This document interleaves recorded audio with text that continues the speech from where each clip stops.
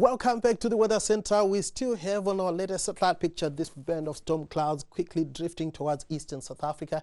And throughout Tuesday, we also stayed with quite a lot of rain-bearing clouds across much of the Eastern Cape. But clear skies persisted over the western interior, although we have this bank of high-level cloud moving towards the southwestern sections. Now, on Wednesday, it's going to be mostly cloudy with light rain for the southeastern parts of the Eastern Cape. But further east, it's going to be very cloudy to overcast with the very wet conditions across the KwaZulu-Natal province, and we're expecting scattered to widespread thunderstorms for the northwest and Free State, pushing into most of the eastern provinces, where cooler afternoon temperatures are forecast on Wednesday. It's going to stay mostly sunny and warmer for the western half of the country, and we have that cold front which is heading towards our shores. Light to moderate winds are forecast on Wednesday across much of South Africa, but it's going to be rather breezy between East London and Port Elizabeth. So KwaZulu-Natal is going to be pretty wet on Wednesday with overcast skies in most areas, cool over the interior but fairly warm along the coastal areas. Durban and Port Shepstone peaking at around 25 degrees. A bit of rain is forecast for Port St. John's and Mthatha in the Eastern Cape. Thunder showers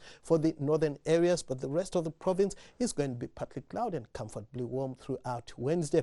It's going to be mostly sunny across the bulk of the Western Cape. Plettenberg Bay and George peaking at around 25 degrees. It's going to be clear for Robertson with a high of 31. Sunny skies as well for Cape Town with a high of around 27. It gets warmer as we go towards Vredendal and Springbok, where a high of around 30 is expected.